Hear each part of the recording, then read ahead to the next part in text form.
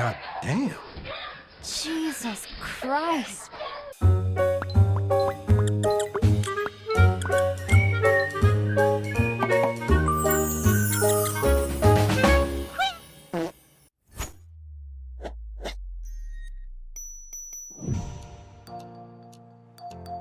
Hello again, my chickadees. GameNChick is back once again with another review. Before we get started, I'd like to give a big thank you to the folks over at Deep Silver for providing me with a review copy to make this review possible. Thank you very much. So with that having been said, let's go!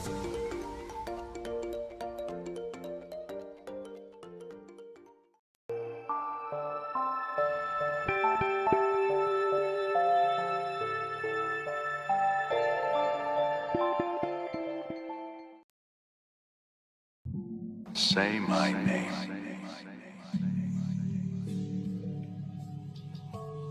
Heisenberg. You're goddamn right.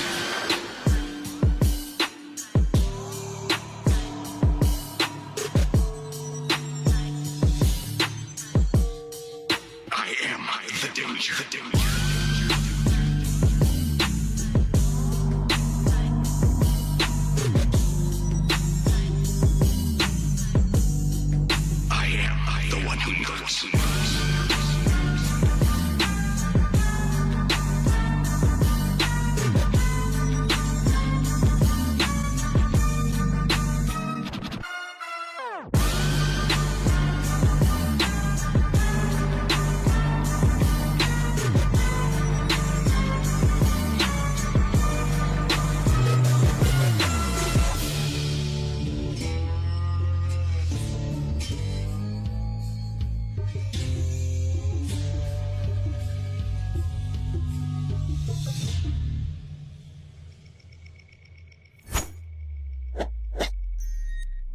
Saints Row 2022 is a reboot of a classic franchise from 2006 and our first mainline entry into the franchise since Saints Row 4 in 2013. Developed by Deep Silver Volition and Fish Labs and published by Deep Silver, the developers aim to bring the dormant franchise back into the spotlight once again with its crazy and wacky antics. But do they succeed in giving us a great time, or is this one reboot that we really didn't need? Only one way to find out, so let's go! Story. What if Hank in Breaking Bad went number 1 instead of number 2, and Walter White was never discovered? Well, here in Saints Row, all those questions are answered. Shortly after the events of Walter's meeting with Gus, the arrangement and agreement they had was broken. No harm was to come to Pinkman. Walter needed him in order to cook. However, Gus didn't trust Pinkman, and instead hired a hit to kill him, to get him out of the picture. Realizing Walter could take offense to this, before things escalated any further, Gus backstabs Walter and attempts to bury him alive. But unknown to Gus and his goons, Walter is the danger, and now with revenge set on his mind for not only himself and his family, but also Pinkman, Walter White vows to take down Gus's chicken empire, by any means necessary, by forming a new crew called the Saints, bolstering his strength, using his intelligence. It will all come at a cost, but it's a price he's willing to pay, even if it means he has to go through Fring's new allies, the Idols and the Panteros. It is finally time to truly see if he is the one that knocks. Gameplay. What, that's not the story? I mean, it kinda is. I literally gave you the plot to the actual Saints Row game, but linked it with Breaking Bad. You have yourself a starting crew, check. Naming it the Saints, check. Compete against rival gangs the Panteros and the Idols, check. Get betrayed by an unknown entity that is saved for reveal in a later part of the game, check. See? Told you. So because we already started out with the Breaking Bad narrative, we will continue to tell the story throughout this review in the same fashion and sticking to the theme we've already established. But of course, we will go over everything and anything regarding the gameplay, extra content, its plus sides, negative sides, and everything in between that jumps into our head. So let's hop into this controversial title and see if it is as bad as the gaming community are currently whining about at the moment. Because, let's be honest, they do tend to embellish and overreact from time to time. However, to be fair, I will say some of their gripes are legit, but not all. You'll see what I'm talking about in a minute, don't worry. For now, let's jump into the gameplay so you can see how this title actually plays. Upon starting your game, you're thrown into the role of a soldier recruit who is on their first mission with a tech and security group known as the Marshals. It is here where you immediately see how over the top and nuts this title is going to be going forward, and stays lock in step to the action and chaotic gameplay you knew from Saints Row 3 and 4. Gunplay has remained relatively the same, with L2 being your aiming, R2 shooting, L1 weapon wheel, R1 to bring up your special abilities, map to your face buttons that we will get to shortly, R3 to melee kick, and circle to roll away from danger. Like I said, very basic, but it completes its purpose. Running and shooting your way through the massive waves of enemies in an old western-style town is a really good tutorial for you as a player to get into some of the really fun hijinks, like seeing a body on the floor with ragdoll effects and trying to kick it out of the way, being immature like me and seeing a cowboy cutout and throwing a thing of C4 on his crotch and being like, "You don't have the balls," and then responding to yourself, who was just in character as a cowboy, by blowing up his crotch with a big explosion. Yeah, I know, I'm not exactly the measuring stick for maturity, but who cares? This game isn't serious, so I won't be either. You can't make me! As I was saying, this game is over the top to the point of insanity, but also sort of to the point of cringe too, in a way. What I mean is this. Sure, you have amazing set pieces like jumping from car to car as they explode in a shootout, hanging onto jet planes as you stop an enemy from fleeing. Those are cool. But you also have dialogue that takes place after a funny scene of you being ordered to steal a codex, failing, getting fired, being told off, and then your character just randomly starts cussing on their way home in just bouts of obscenities for no reason at all. It comes off as very try-hard.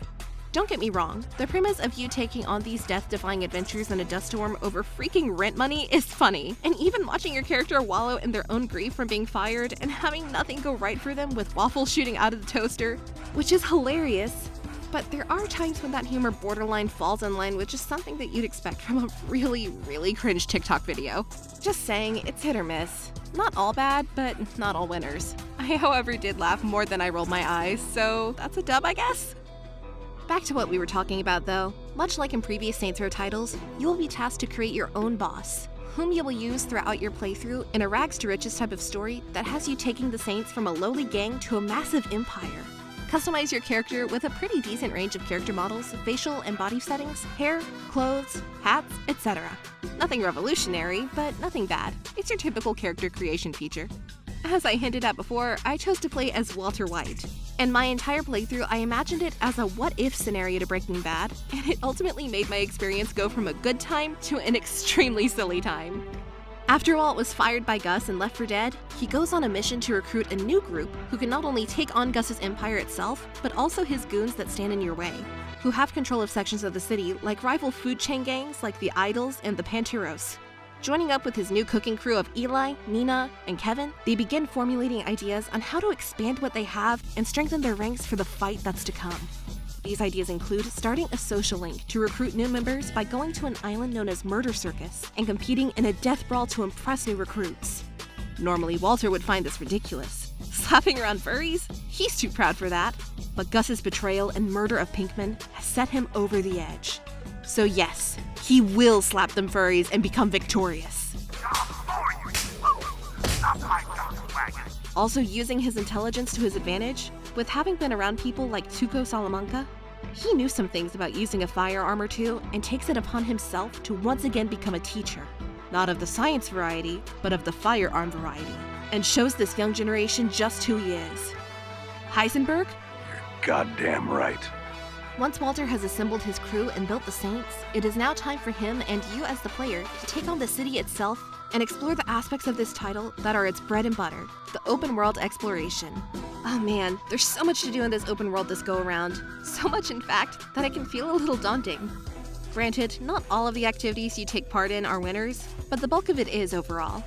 When driving around the city in cars, motorcycles, helicopters, etc., you will notice that you're able to get to one place to another in a relatively short fashion. Why is that? Well, honestly to me, the map feels much smaller than previous entries into the series. I'd say it's the smallest map title since the original two titles. Don't get me wrong, that's not a total negative. Sometimes bigger is not better, but it kind of feels like enemy territories are right on top of each other at certain times, so it kind of feels a little bit, disjointed? That's the word I'm looking for, I think. When exploring this massive open world, you can take part in activities such as stealing Gus's Chicken Empire trucks in order to disrupt his business via a side mission venture, take out your camera and snap pictures of any beautiful scenery you happen to like, damage cars with your fists and kicks like it's a friggin' Street Fighter 2 minigame, run around the city to annoy NPC civilians, and see a woman with a hamburger and realize that during the making of this review, you're hungry, so you approach her to take the burger from her, but she won't give it to you, so you get angry and yell, "What?" You won't give me your Burger King? Fine, have it your way. And then proceed to kill her and take it. Good times. Tired of having it their way? Have it your way at Burger King. But that's not all there is to the game, far from it, because you also have a level up system, complete with perks, skills, and upgrades that will not only add different ways to play, but boost your character strength and overall customization.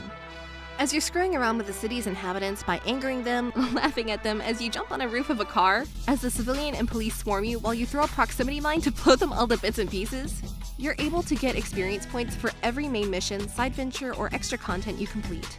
Getting enough experience points will offer you a chance to gain more skills and perks, which, like I said previously, offers you new buffs or even new attacks depending on what you choose to equip at that particular time.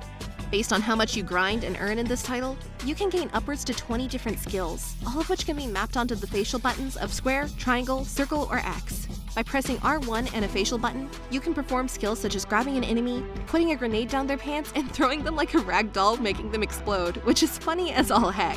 You may also use proximity mines, use smoke bombs to blind your enemies, which allows you to take cover, or even straight up falcon punch people to hell and back with a fire punch.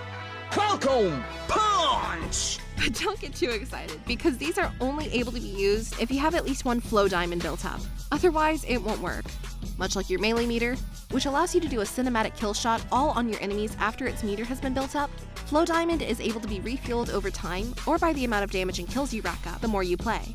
Besides blowing crap up, dragging people around with a tow cable while they're in a porta potty because they won't tell you about your friend, exploring the city and seeing giant dinosaur monuments and thinking to yourself, wow, I wonder if Pee Wee Herman is around here getting chased again. High-speed running from enemy food chain bosses that are seeking to kill Walter White, and watching them suck as bad as I do at driving, and seeing them fly off the road out of control into a pole and onto the freeway and explode, and... wait, what? That one had to. Yes, even besides those ways of expanding your character, you're able to take part in a plethora amount of missions, some ranging from action-packed missions like robbing a yacht and completely botching my landing and exploding and dying because, of course, and even down to silly missions like your friend wanting a toy that's in a Happy Meal because he's never had one as a kid. However, a rival gang steals all the burger joint stock of them, and Walter White knows what that is like, to have everything taken from him. His best friend Pinkman dead. His wife Skylar despises him. His son Walter Jr. is terrified of him and never going to be able to get back that $30 he spent on pizza that can still be seen to this day on the roof of his house if you search it on Google Earth. No. Gus has gone too far this time. Kevin will have his Happy Meal toy, and whoever stands in his way will suffer. It's just a prank, bro? You're done? No. We're done when I say we're done. Yes, silly missions like that. That doesn't even include the extra content on top of this, which we will get to in our extra stuff section shortly, but first, I want to dive into the story a little bit. Now that the Saints are at full strength, with Walt and the rest of his crew being prepped and ready, it's time to take down everyone that has wronged you. One by one, the Panteros, the Idols, and even henchmen of Tuco Salamanca himself, the Nuali, falls to Walter White. But he knows that even if he kills all of Fring's men, he has so much money that he can hire as many new bodies as he wants. So where do you attack your enemy that has that type of power? Their bank account.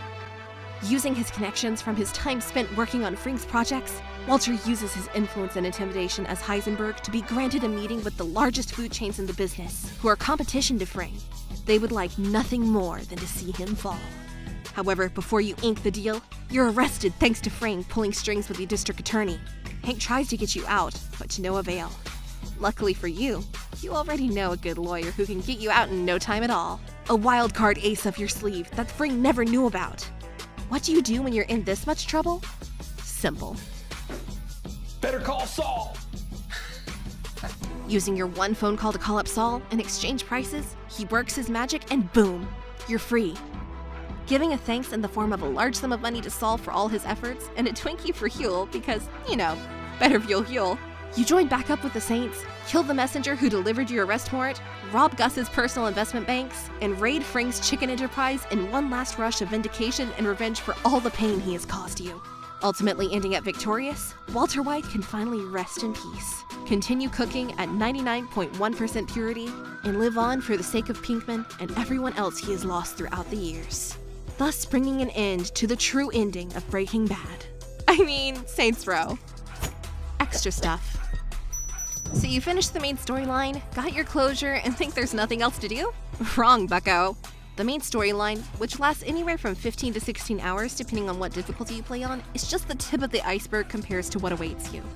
Much like leveling up and activating new skills was a thing to do, so too is unlocking character perks. When leveling up, you will be able to use your in-game money that you have saved up from your empire growth via your Cash App that tracks your hourly income to purchase perk slots and use permanent perks such as being able to run faster when near death, shoot from the hip more accurately, never lose flow diamond except when you use a skill, collect more rounds when picking up ammo, etc.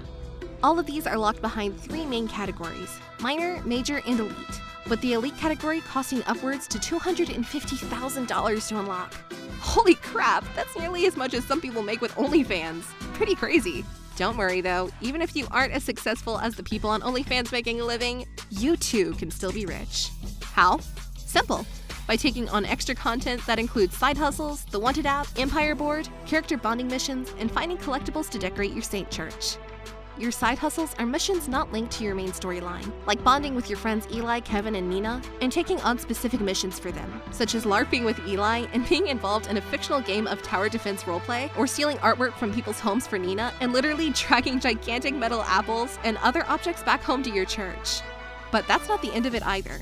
Even apart from the half a dozen character-related missions, you can also help people in trouble, like for instance killing someone in police custody before they have a chance to snitch, kill a go-kart racer for a client who wants to win the championship herself, and also take on hits using the Wanted app. This is probably one of the better side ventures to get into because they're either really serious or really stupid. One minute you're a hired freelance assassin taking out an important gang leader, and the next you're literally hired to take out a bunch of furries. Seriously, what's up with the furries, man? That's like 2 to 3 times in the game that you beat them up. Someone call PETA right meow. Even though all of that is still a good time, there's going to be a point where content runs out, because there's no more territories to take part in. Well, fear not, because just like in previous Saints Row titles, here in this reboot, you can also take over the entire map completely and finish off your gameplay with a Saints Tower. Sounds awesome, huh? But how do you do this? Well, after Fring is taken out of the picture and his chicken empire collapsed, you can use the Empire board in the Saints HQ strategy room, and it is here where you spend money earned in order to place criminal enterprises such as Bright Future that has you transport a truck of toxic waste across town before it has a chance to explode and leak. And man, do I hate these missions. It's literally impossible to get back to your mission point without losing 5 or 6 barrels. Absolutely annoying. You also have the big one, that is your game's mayhem mode that requires you to do as much damage as possible in the time allotted to you. Jim Rob's Garage that has you repossess people's cars, Laundromat that helps you cover for people for murders and everything else, etc. With 14 ventures to build in all in order to get your Saints Tower, along with gang territories opening up after starting each one, you're guaranteed at least another 7 to 8 hours or more of fun, which is way longer than we could all stand seeing Skylar and dealing with her attitude in Breaking Bad. Am I right, or am I right, guys? Dislikes. Oh boy, here we go. The dislikes. Yes, I do have my gripes. Sure, I had a lot of fun, definitely, but as I stated earlier, the complainers and whiners about this game weren't exactly 100% wrong. They did have some legit gripes that hold weight in water, and some of them I actually agree with. Some small and some bigger, obviously. One of the more minor gripes right off the bat is the environment and object pop-in from time to time. Saints Row is a very weird game because some sections of the game look absolutely gorgeous, and then the next area you drive or fly to looks really bad, with lower textures or objects popping into view at the last minute. This is extremely evident during the nighttime in Lakeshore, with the buildings looking like early PS4 level of texture designs, and poles and other objects showing up at random. It's not immersion breaking, but it definitely isn't pleasing to the eye. This title also has some bugs that can cause you to lose 20 to 30 minutes of progress with save screens locking up and freezing, which seems to have occurred for me in both the middle portion of the game and near the end. It was particularly frustrating having to play several missions all over again, and the only reason I wasn't madder than I was at the time was due to how often it happened, which was rarely. Still annoying as hell though.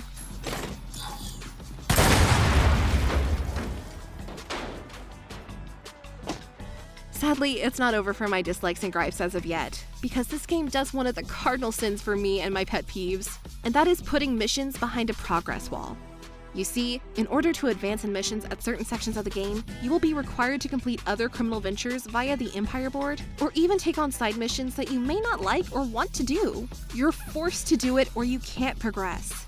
Oh man, does this trigger me so much like a whiny little ween, because there are some side missions that are so dang boring, like I mentioned before with the waste barrels, that it makes me want to sound like a pig getting its tail pulled and make me all the way home without going to the market. Overall, at the end of the day, I actually had a lot of fun playing Saints Row. Did it set the world on fire with revolutionary stuff and turn the entire genre on its head? Heck no. But for me personally, it delivered on the crazy and wacky antics of the Saints Row games of old, mainly 3 and 4. From funny moments with civilians, seeing someone dressed as Freddy Krueger and beating the crap out of them because you had enough of his nightmare crap, to intense high-speed chases, and watching Nina put Vin Diesel to shame by performing stunts with her car that aren't physically possible, watching a team-building mission go wrong in a very Charlie Brown-like way, become part of a board game with animals. There's so much to love here. But on the flip side, it's a game with a ton of issues, from game lockups, bugs that make characters disappear or glitch out in key moments of the game, pop-ins, some tedious or boring side missions, etc. So weighing the positives and negatives, what do I feel is a fair verdict here? Well, for me personally, I would have bought this at a $60 price tag, given how much fun I legit had with it. But I'm not here to be biased. I'm here trying to be as informative for you all as I can be, and think with the consumer in mind.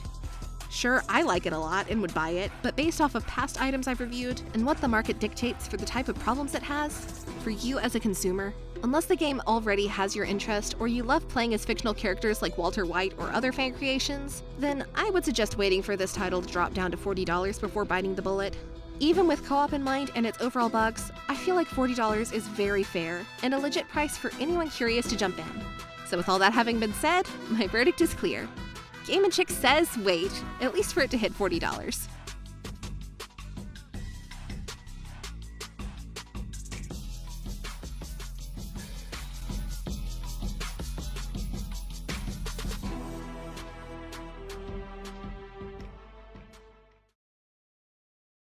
Eh?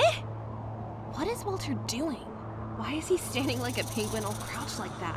Weird. Wait, Walt, no!